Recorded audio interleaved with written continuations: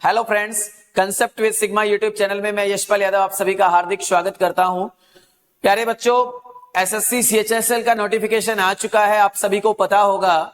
और इस बड़ी भर्ती का नोटिफिकेशन के साथ साथ नोटिफिकेशन में दिया गया था कि फॉर्म हमारे शुरू हो गए हैं 9 तारीख से भरे जाने। 9 मई से फॉर्म स्टार्ट हो गए हैं, तो फॉर्म को बड़ा केयरफुली फिलअप करना है। देखिए, आप फॉर्म भरेंगे, पेपर की तैयारी करेंगे, इतना मेहनत करेंगे और बाद में पता लगे कि आपने फॉर्म में ही गलती कर दी कहीं, तो आपको उस गलती को नहीं करना है। एक स्टेप बाय स्टेप मैं आपको फॉर्म फिलअप करके दिखाऊंगा किस प्रकार से आपको फॉर्म को फिलअप करना है। डिटेल्ड वीडियो होगी ये, एक एक स्टेप आपको अच्छे से समझाने की कोशिश करूंगा। और फिर भी किसी कैंडिडेट का कोई डाउट रह जाता है, आप कमेंट बॉक्स में लिखेंगे, मैं आपके क्वेश्चन का जरूर 100% मैं आंसर देने की कोशिश करूंगा।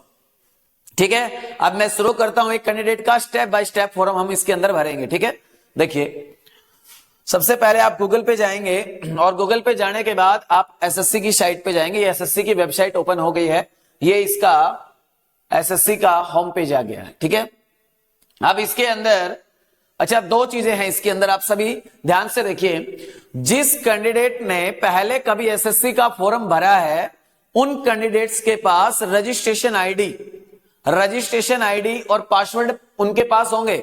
उन्होंने रजिस्ट्रेशन आईडी पहले जनरेट कर ली है, तो वो यहां पे आप अपने रजिस्ट्रेशन आईडी, यहां पे कैंडिडेट अपनी रजिस्ट्रेशन आईडी और पासवर्ड यहां फिल करेगा। उसके बाद ये कैप्चा कोड यहां डालेगा और उसके बाद लॉगिन पे क्लिक करेगा। इस प्रोसेस के बाद उसका जो फॉर्म है वो लॉगिन हो जाएगा। कुछ कैंडिडेट्स ऐसे होंगे जो फर्स्ट टाइम एसएससी का फॉर्म भर रहे हैं, तो उनके पास रजिस्ट्रेशन आईडी नहीं होगी। तो उन कैंडिडेट्स के लिए, उन कैंडिडेट्स को क्या करना है, यहां पे देखिए आपको एक ऑप्शन दिखाई दे रहा होगा न्यू यूजर के नाम से। न्यू यूजर पे आपको क्लिक करना है, वहां जाके आपके रजिस्ट्रेशन आईडी आपको जनरेट करनी है। पहले पूरी बेसिक डिटेल्स आपकी भरी जाएंगी, आपकी रजिस्ट्रेशन आईडी जनरेट हो जाएगी, और जब वो आईडी जनरेट हो जाएगी तो आपकी जो ईमेल आईडी और जो मोबाइल नंबर है उसके ऊपर एक मैसेज आएगा और मेल आएगी कि आपका रजिस्ट्रेशन नंबर ये है और आपका पासवर्ड ये है। जब आपके पास वो रजिस्ट्रेशन आईडी और पासवर्ड आ जाएंगे, उसके बाद आप रजिस्ट्रेशन आईडी और पासवर्ड को यहां फिल करेंगे, ये कैप्चा कोड इसके अंदर यहां एंटर करेंगे और फिर आप लॉगिन पे क्लिक करेंगे। तो आपको अच्छे से समझ आ गया होगा। जिनके पास रजिस्ट्रेशन आईडी नहीं है वो रजिस्ट्रेशन आईडी जनरेट करेंगे, न्यू यूजर। और जिन्होंने पहले कभी एसएससी का फॉर्म भरा है तो उनके पास रजिस्ट्रेशन आईडी होगी, वो अपनी रजिस्ट्रेशन आईडी और पासवर्ड यहां डाल के, कैप्चा कोड यहां डाल के सीधा लॉगिन कर देंगे। कुछ कैंडिडेट्स ऐसे होंगे जिन्होंने एसएससी का फॉर्म तो कभी पहले भरा है, उसके पास रजिस्ट्रेशन आईडी तो है, लेकिन किसी कारण से रजिस्ट्रेशन आईडी भूल गए होंगे या पासवर्ड भूल गए होंगे।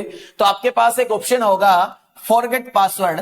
आप फॉरगेट पासवर्ड पे क्लिक करके आप अपने पासवर्ड को फॉरगेट कर सकते हैं और रजिस्ट्रेशन आईडी आपके ईमेल आईडी पे आपको मिल जाएगी।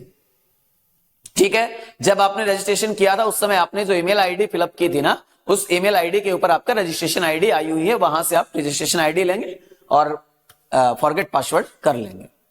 तो ये प्रोसेस होगा सबसे पहले लॉगिन करने का। मैंने तीनों कंडीशंस बता दी हैं।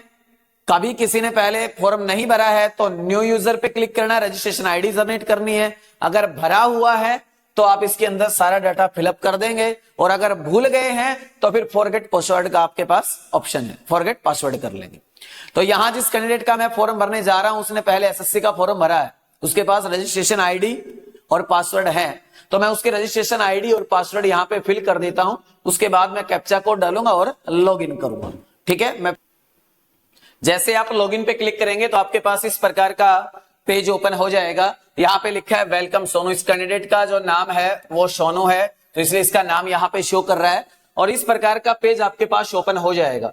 अब इसमें देखिए सबसे ऊपर आ रहा है combined higher secondary 10+2 level examination 2023। ठीक है, यहाँ पे आपके पास नीचे देखेंगे ये तो नोटिफिकेशन है। अगर आप नोटिफिकेशन को पढ़ना चाहते हैं तो ये आपके पास नोटिफिकेशन का ऑप्शन है, नोटिफिकेशन को पढ़ सकते हैं। यहां देखिए अप्लाई, आपको अप्लाई पे क्लिक करना है। सबसे पहले तो आप अप्लाई करेंगे ना, तो अप्लाई पे क्लिक करना है आपको। एक एक स्टेप बाय स्टेप आपको दिखा रहा हूं, जहां आपको बिल्कुल जैसे स्टेप में यहां दिया गया ना उसी प्रकार स्टेप बाय स्टेप चलेंगे और फॉर्म को फिलअप करेंगे। जैसे आप अप्लाई पे क्लिक करेंगे उसके बाद यहाँ देखिए, यहाँ आपका नाम शो करेगा, वेलकम टू जो भी कैंडिडेट का नाम है वो यहाँ पे शो करेगा। उसके बाद जब आप नीचे चलेंगे तो इसमें यहाँ सबसे ऊपर लिखा भी है, इस बात का ध्यान रखना, please be careful while filling the application form. Application form को भरते समय केयरफुली आपको फॉर्म अप्लाई करना है, तो गलती नहीं करनी है, ठीक है। अब यहाँ देखिए, यहाँ पे सबसे पहले आपका कैंडिडेट का नेम मिलेगा, यहां सबसे पहले आपको कैंडिडेट का नेम मिलेगा। देखिए यहां आपको कैंडिडेट का नेम मिलेगा सबसे पहले ऊपर, ठीक है। यहां पे फादर नेम मिलेगा, यहां पे मदर नेम मिलेंगे और यहां पे क्या मिलेंगे, डेट ऑफ बर्थ, ठीक है। ये ऑटो फिल होंगे क्योंकि आपने जो फर्स्ट रजिस्ट्रेशन किया था ना, उसमें आपने जो सारी चीजें फिलअप की थी वो यहाँ पे ऑटोमेटिकली शो करेगा, आपको कुछ भी फिलअप करने की आवश्यकता नहीं है, ठीक है। हाँ, अगर कुछ गलत है तो आप उसको रजिस्ट्रेशन को एडिट कर सकते हैं, ठीक है। उसके बाद आगे चलेंगे तो यहाँ पे आपकी एज शो करेगा, यहाँ पे जेंडर हो जाएगा, यहाँ पे आपकी कैटेगरी वगैरह ये सब आपके यहाँ पे शो करेगा। ये मैट्रिकुलेशन का रोल नंबर आपका, यहाँ पे मैट्रिकुलेशन का पासिंग ईयर शो करेगा, यहाँ पे प्रेफरेंस ऑफ एग्जामिनेशन सेंटर। अच्छा, सेंटर सबसे पहले स्टेप आपको यहाँ पे ये फिलअप करना है, आपका एग्जामिनेशन का जो सेंटर है वो आपको फिलअप करने हैं। मैंने बताया था 3 सेंटर आपको फिलअप करने हैं। जैसे इस कैंडिडेट के मैं यहाँ पे सेंटर फिलअप कर देता हूँ, यहाँ इस कैंडिडेट के मैं सेंटर फिलअप कर देता हूँ, अपना रीजन देख के उस सेंटर आप चूज कर सकते हैं। यहाँ पे मैंने फर्स्ट यहाँ फिलअप कर दिया। अच्छा, अब आपने एनआर का एक सेंटर रीजन एनआर सेलेक्ट किया है ना, तो आपको दूसरा जो सेंटर है वो भी एनआर का ही चूज करना पड़ेगा। यहाँ पे मैं इसका दूसरा जयपुर चूज कर देता हूँ और तीसरा मैंने यहाँ इसका सीकर चूज कर दिया, ठीक है। उसके बाद अगला आपसे क्या पूछ रहे हैं, अगला स्टेप देखिए, अगला स्टेप आपसे कह रहा है medium of computer based examination. आपका जो सीबीटी टेस्ट होगा उसका मीडियम क्या रहेगा, आप किस भाषा में पेपर देना चाहते हैं, तो वो आपको यहाँ पे सिलेक्ट करना है। अब ये कैंडिडेट इंग्लिश में पेपर देना चाहता है, तो हम जैसे यहाँ क्लिक करेंगे तो यहाँ पे लैंग्वेज आ गई, हिंदी, इंग्लिश, असमिया, बंगाली जो भी है, तो यहाँ पे हमने इंग्लिश को सिलेक्ट कर लिया, ठीक है। उसके बाद यहाँ पे वेरीफाई करना है आपको दोबारा से कि आपको कौन से मीडियम में पेपर देना है, इंग्लिश में देना है, तो हमने यहाँ पे इंग्लिश चूज कर दिया है।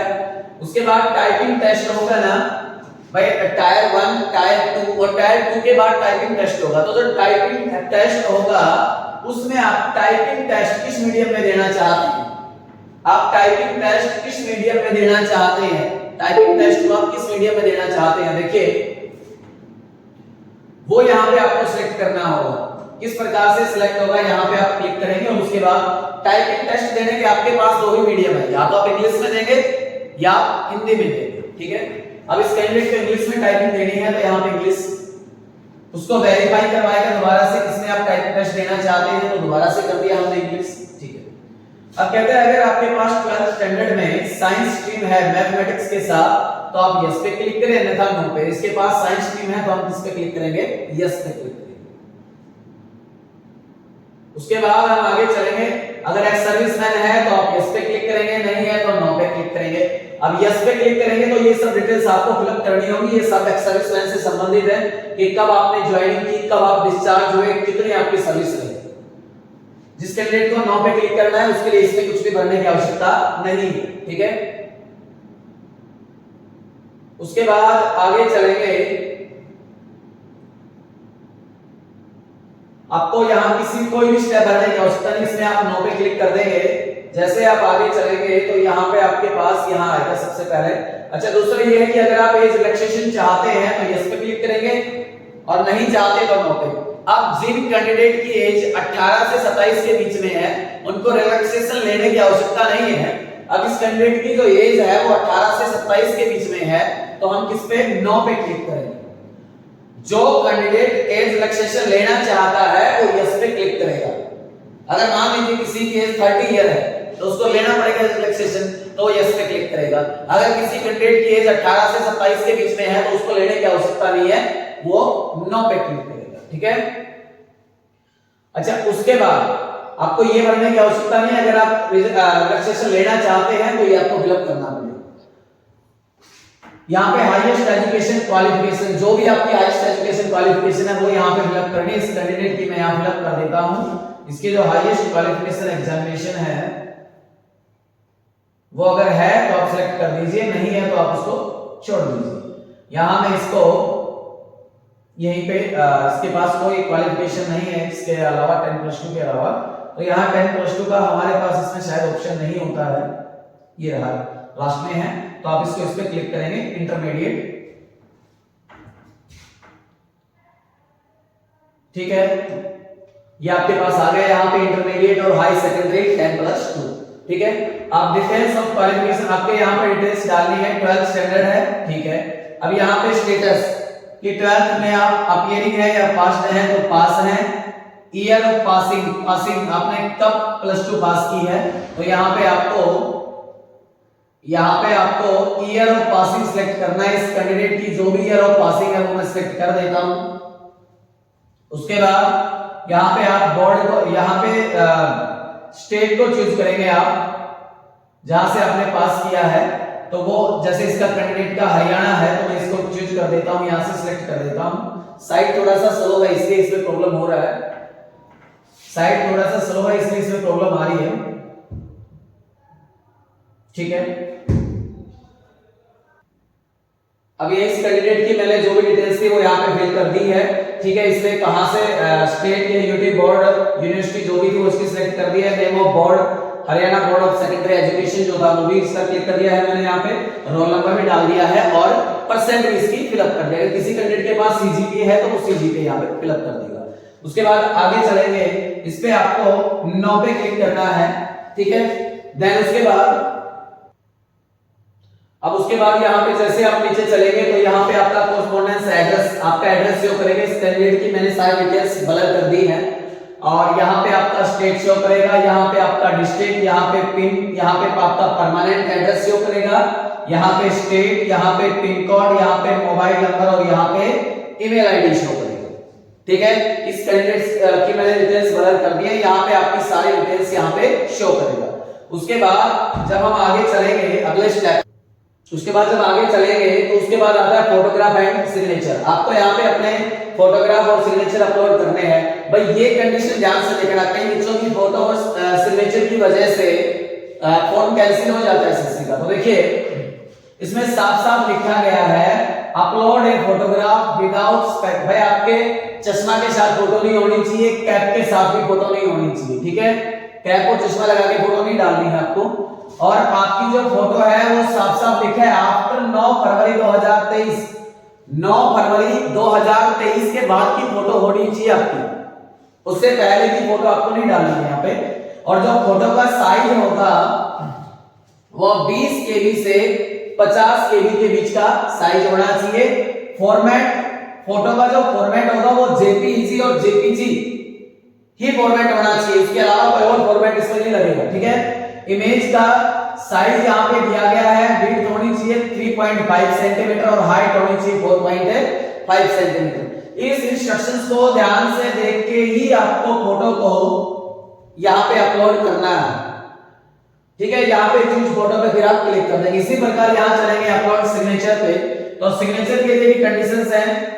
आपका जो सिग्नेचर है वो 10 केबी से और 20 केबी के बीच का साइज होना चाहिए।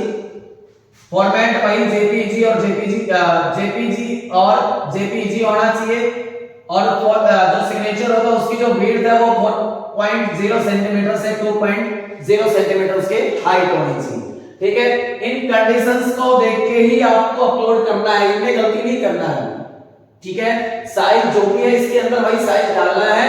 और जैसे ही आप इनको चूज करेंगे उसके बाद यहाँ पे लिखा है whether the photograph has taken on और आफ्टर 9 फरवरी 2023। भाई आपने जो फोटो डाली है वो 9 फरवरी 2023 के बाद की ही होनी चाहिए।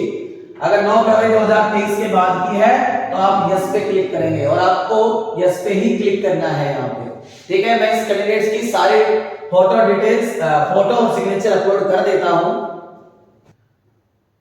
उसके बाद जैसे आप फोटो साइन अपलोड करने के बाद नीचे जो स्टेप आता है, ये फोटो साइन अपलोड होगी, उसके बाद डिक्लेरेशन आता है।